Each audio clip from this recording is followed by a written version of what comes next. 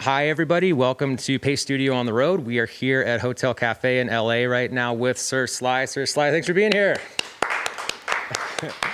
Dude, this is great. A rapturous applause from the two people in attendance. Yes, thank you for outnumbering us on stage versus who's here behind the cameras. We already have a good crowd tuned in on the internet, so there's plenty of happy people behind those lenses. Wow. Hi. And dude, it's like Lady Gaga says, I live for the applause, even if it's just two.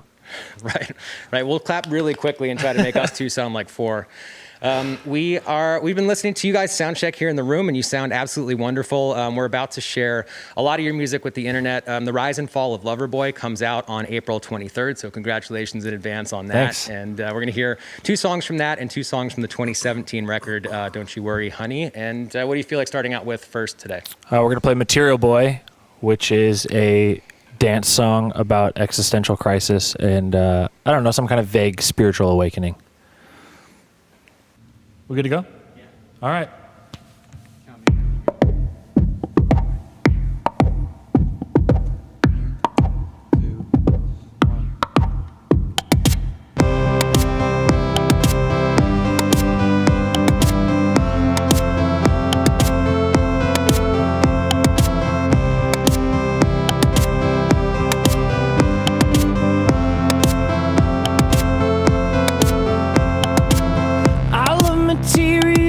Everything I love so quickly falls apart. Keep it to myself and in my heart. And I'm only as sick as my secrets. So baby, tell me, what is my weakness? I call the therapist, she sent me to a circle to sort it out. I got my foot in my mouth. My medicine stopped working for my sick soul. Under the pressure I fold. Now I opened up my heart and found a spiritual void. This is a spiritual world, I'm a material boy. Now I opened up my heart and found a spiritual void. This is a spiritual world, I'm a material boy. Deeply American, which is to say I'm deeply ashamed. And I wonder what the world would say. And I'm probably sick from my secrets. Politically daft, but we're in deep shit. Can't tell the circle that the red has got me paranoid. Superiority keeps me annoyed. And it bears repeating that I'm sick and inadequate. No longer Christian, but I'm still afraid of judgment. And I opened up my heart and found a spiritual void. This is a spiritual world, I'm a material boy. Now I opened up my heart and found a spiritual void. This is a spiritual world, I'm a material boy.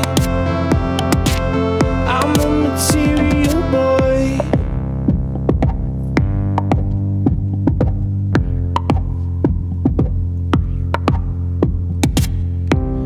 I filled in my pockets, checked all the boxes. I couldn't escape, still found myself obnoxious. Prideful and godless, selfish and dollars. Capital dream for material boy, then I went and I lost it. I went and I lost it all. Now I opened up my heart and found a spiritual void. This is a spiritual world, I'm a material boy. Now I opened up my heart and found a spiritual void.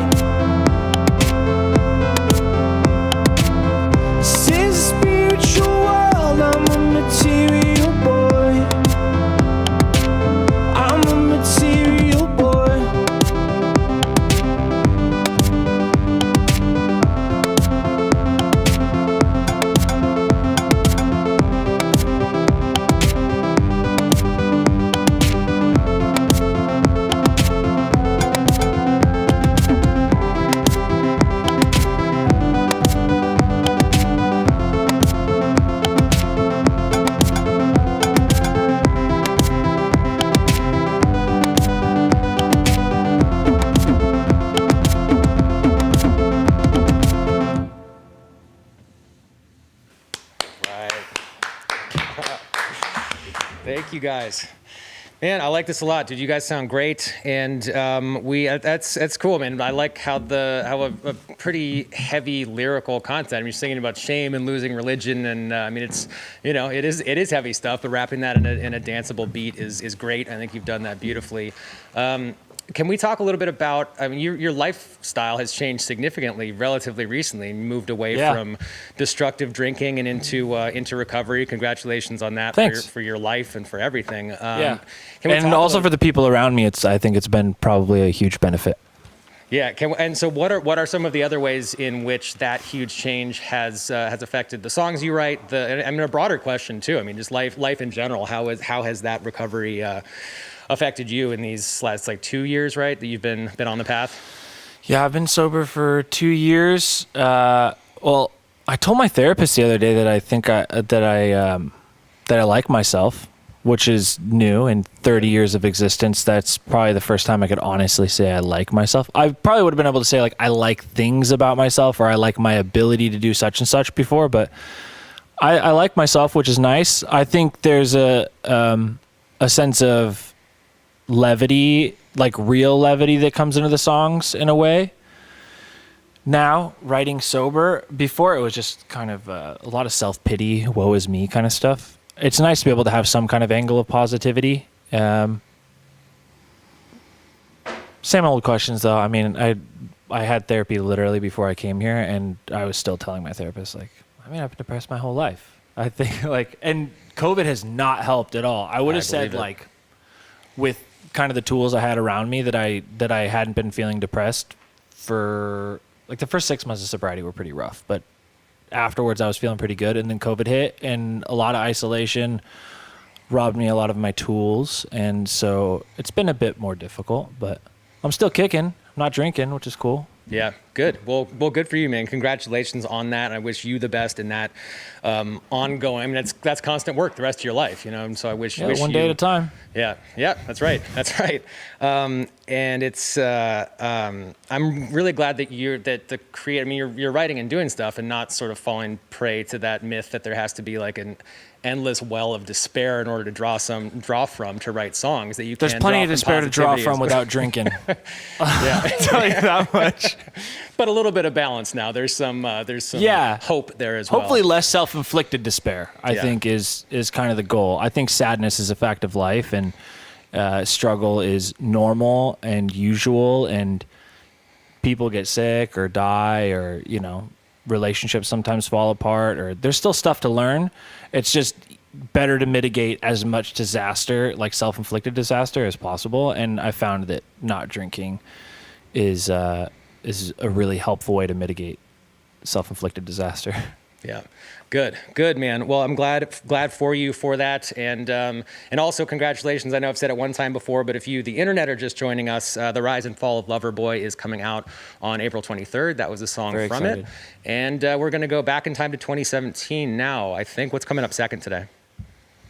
And Run. This was a song that took a long time, but we got our first alternative radio #1 with this song. So our first and only.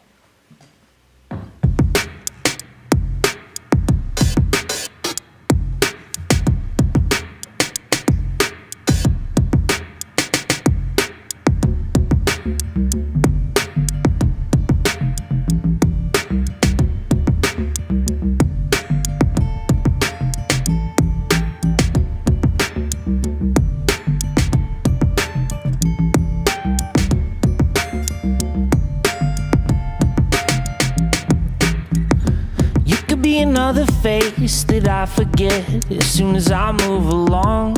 Everybody makes mistakes, am I mistaken for the way I carry on? You could show a little grace, maybe things just went a bit too far. We are just who we are, no time for what ifs or what if nots. Heavy as a setting sun. Oh, I'm counting all the numbers between 0 and 1. Happy but a little lost. Well, I don't know what I don't know, so I kick my shoes off and run. shoes off and run. Kick my shoes off and run. Kick my shoes off and run. Kick my shoes off and you could be a happy bride. We could still be blissfully in love. Instead of being 25 and already feeling like you have had enough. You could be my one regret, infinitely spiraling me down. Sometimes the world feels loud, heavy as a setting sun. Oh, I'm counting all the numbers between 0 and 1. Happy but a little lost. Well, I don't know what I don't know, so I kick my shoes off and run. Kick my shoes off and run. Kick my shoes off and run. Kick my shoes off and run. Kick my shoes off and run, run, run, run.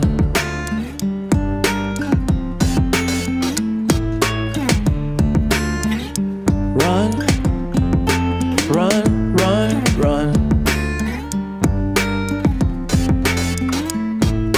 Heavy as a setting sun. Oh, I'm counting all the numbers between 0 and 1. Happy but a little lost.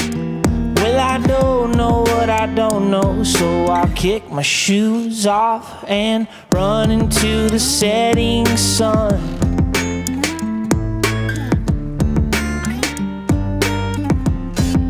Run, run, run into the setting sun.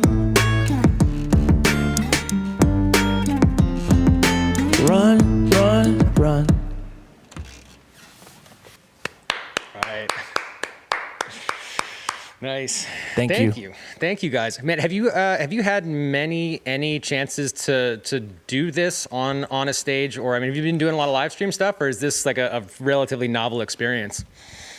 This is as novel as the coronavirus. I think this is our That's too soon. first live stream. This is one of one. Yeah, this is one of This one. is one of one. This is the one of one. Yeah. This is a one of one live stream edition. I think, like a lot of people have found social media to be like a comfortable way of connecting with people during COVID, and I mean, trust me, we've had no shortage of coaching or people saying like, it's a great way to engage with people. It's a great way to keep the the business side of the band going. I feel pretty uncomfortable on social media and haven't really extended out that far. I'm trying to recapture some of the early Twitter magic, like some of the things that I loved about like weird Twitter and kind of existing in that space. But yeah, we don't do a lot of like internet connection. Right. Well, dude, I'm glad you're doing it here. I mean, I'm having a wonderful time here in the room. The internet's having a good time watching it, but it is extra special to be able to be in a room, far apart from each other. But I really appreciate you guys coming and doing it. And I was here, Hayden was saying right before we went live that you guys got a chance for the first time, or you at least got a chance for the first time in a very, very long time to get back to Noise Coalition, right? Can we talk a little bit about that room and how the room itself adds to the vibe and the sound of the records and all your work? Yeah, Noise Coalition is Jason's studio in his house, and over the years it's really grown, and he's done an incredible job of investing into it and giving us a bunch of toys to play with basically over there. Hayden and I met Jason years ago, and he was just producing our previous project.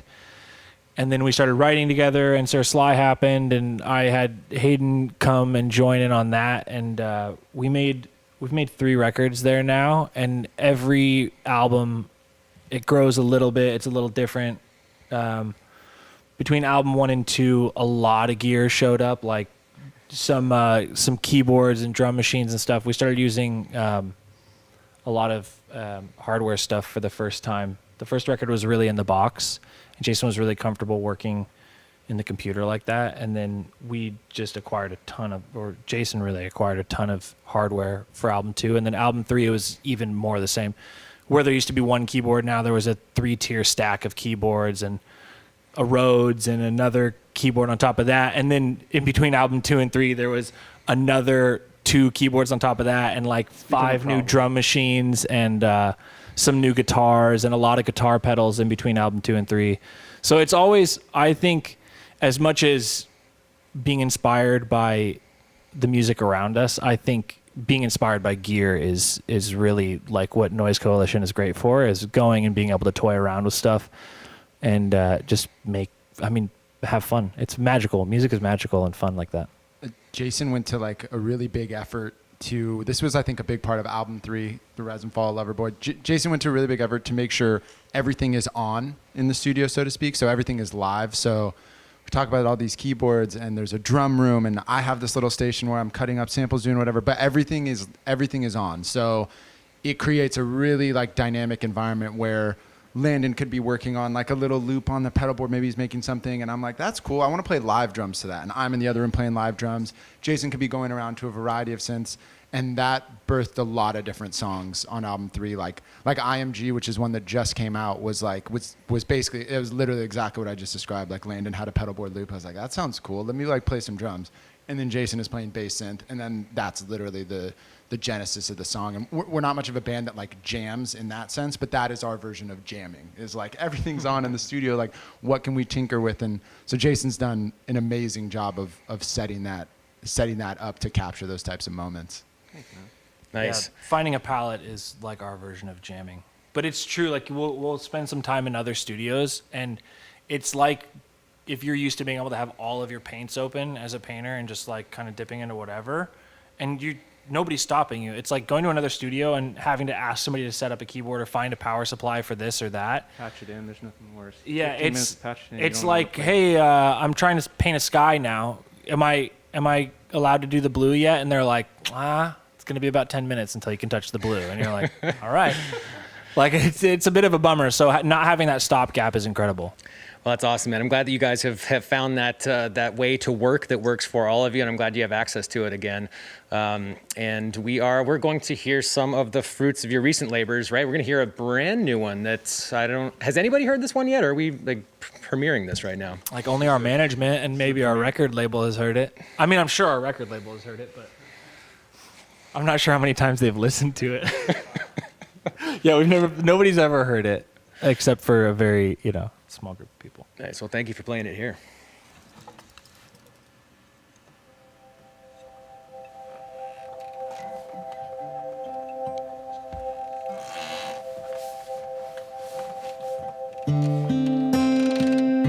I wanna go to sleep and not wake up.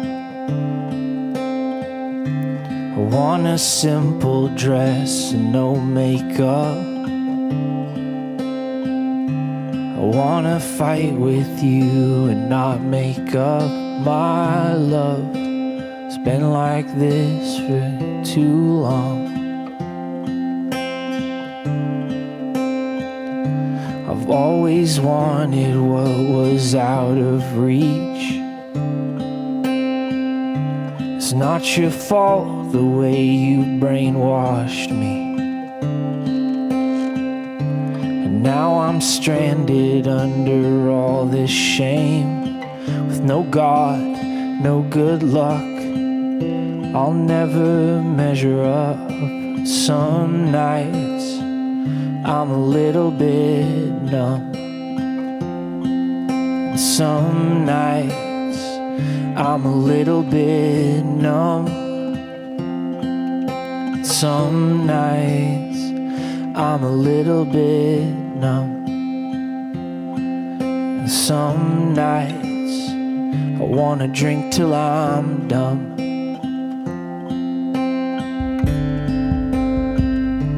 I wanna let you in and not be scared. I wanna change my mind to become a parent. I wanna laugh so hard my stomach hurts. Oh, I wake up next to you in my t-shirt. I've never been much of an optimist. Then she screamed at me to take my meds, and that still echoes back inside my head every now and again. When I have trouble with love or with friends, and some nights I'm a little bit numb, and some nights I'm a little bit numb, and some nights I'm a little bit numb, and some nights I wanna drink till I'm dumb. I didn't appreciate my youth when I was young, too unsafe and far too focused on growing up. Well, tighten belts, so suck it up and bite my tongue, and burn the pages telling me I'm not enough. Well, I don't wanna settle down, but I'd like to fall in love. I don't wanna look back and feel unadventurous. I wanna see my life with no regrets, but it's too late for that. Some nights I'm a little bit numb, some nights I'm a little bit numb, some nights wanna drink till I'm dumb, some nights I'm a little bit numb.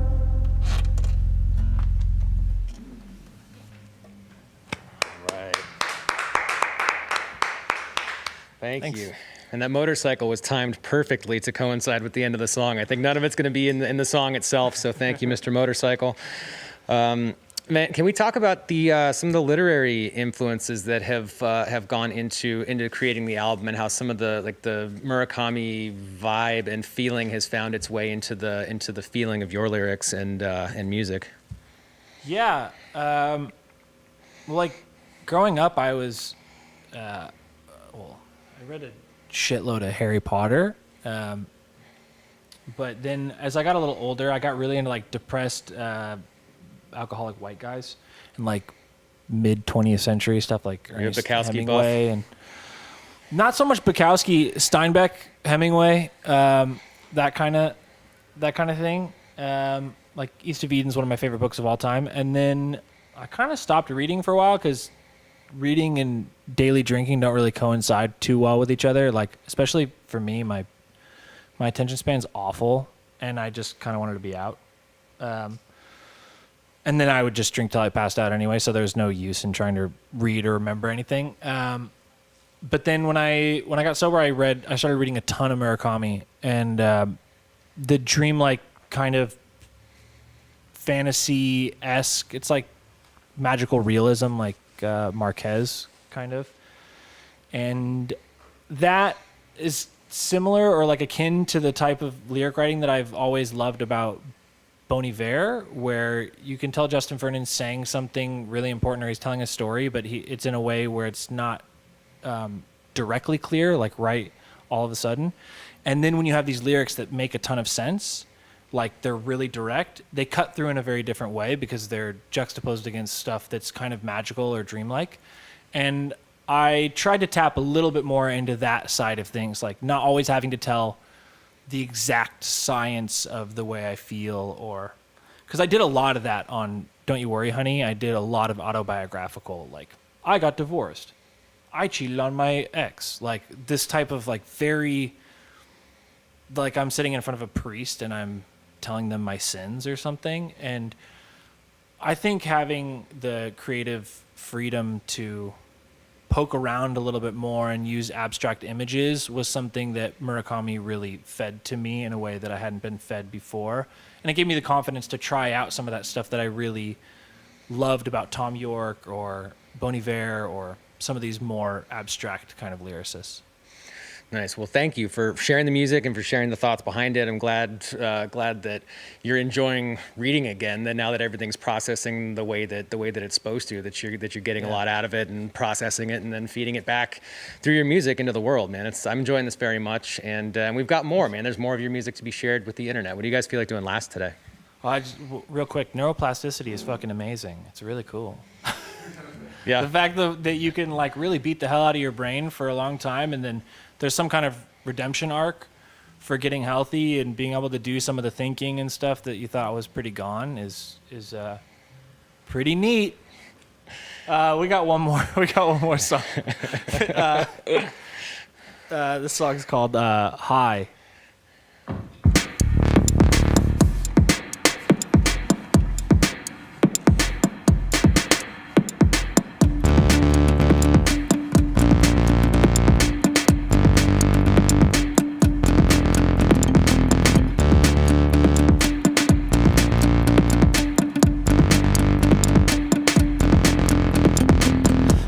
Smoking on the peace pipe.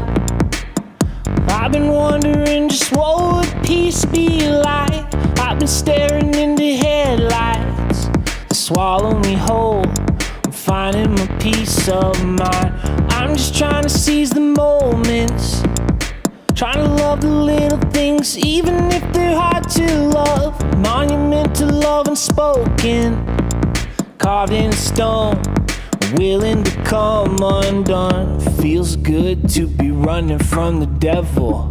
Another breath and I'm up another level. It feels good to be up above the clouds. It feels good for the first time in a long time now. Oh, oh, oh, oh, oh.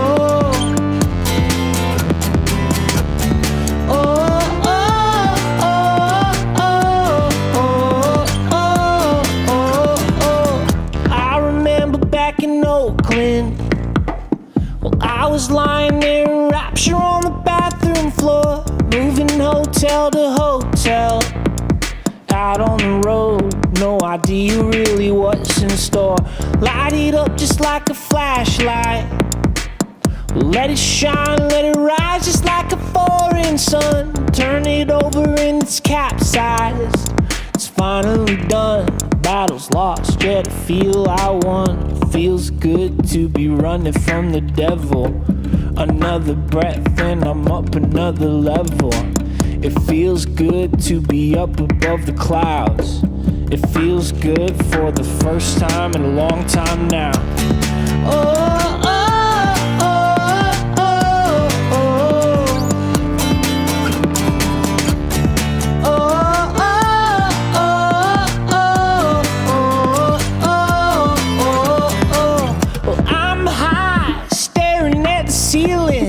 Sending my love, what a wonderful feeling. What comes next? I see a light. Well, I'm along for the ride as I'm taking flight. I'm high, staring at the ceiling. Sending my love, what a wonderful feeling. What comes next? I see a light. Well, I'm along for the ride as I'm taking flight. Feels good to be running from the devil. Another breath and I'm up another level. It feels good to be up above the clouds. It feels good for the first time in a long time now. Oh, oh, oh, oh, oh.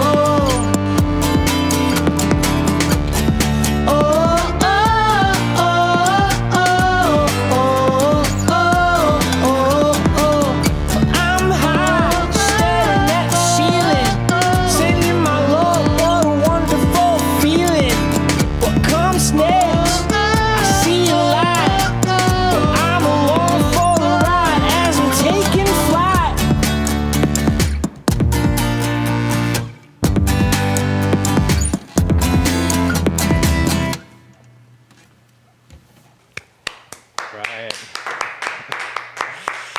Thanks, guys. Man, this has been a lot of fun. Thank you, Landon. Thank you, Jason. Thank you, Hayden, for doing this. And best of luck on the record. The Rise and Fall of Loverboy comes out on April 23rd. And thank you for the preview. Man, we heard a couple from that, and it sounds wonderful. Welcome back out into the world. I'm glad you guys got a chance to be on an actual stage here today. We just appreciate your the music and the chat very much. Thanks for having us. All right, man. See you next time. Thank you. Yeah. All right.